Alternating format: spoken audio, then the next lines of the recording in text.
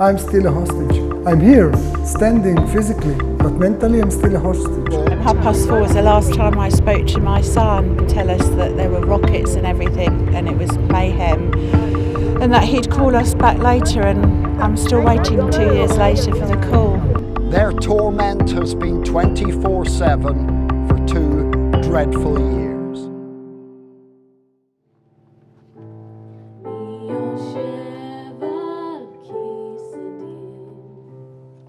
Because the war it began drags on and hostages still languish, the memories of Hamas's cruel and bloody rampage just won't fade. Artillery shells being fired into nearby Gaza provided the backdrop to this gathering. It's been a holiday here in Israel, but for the survivors and relatives of the victims, there's no such thing, not yet, not even after 2 years. Michael and Lisa Marlowe from Potter's Bar in Hertfordshire lost their son Jake that awful day. He was 26 years old. 4:30 was the last time I spoke to my son. That's the last time I heard from him, for him to phone up and tell us that there were rockets and everything and it was mayhem, and that he'd call us back later, and I'm still waiting 2 years later for the call. Kibbutz Be'eri was invaded by Hamas terrorists at around the same time. 4 times the terrorists tried to murder us that day, but I guess that somebody up there wanted us to stay alive.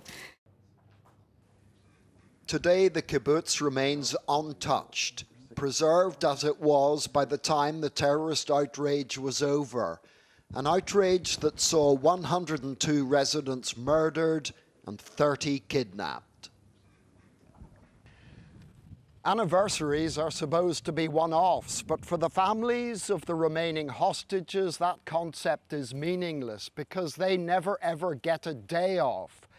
Their torment has been 24/7 for 2 dreadful years.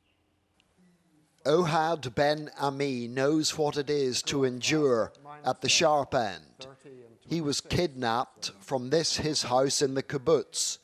He was held hostage for 491 days before being released in February, gaunt and abused, but still able to embrace his loved ones.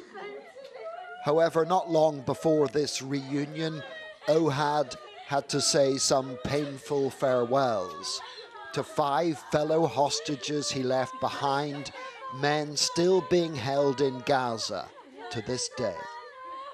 Do you think about them a lot? All the time, all the time.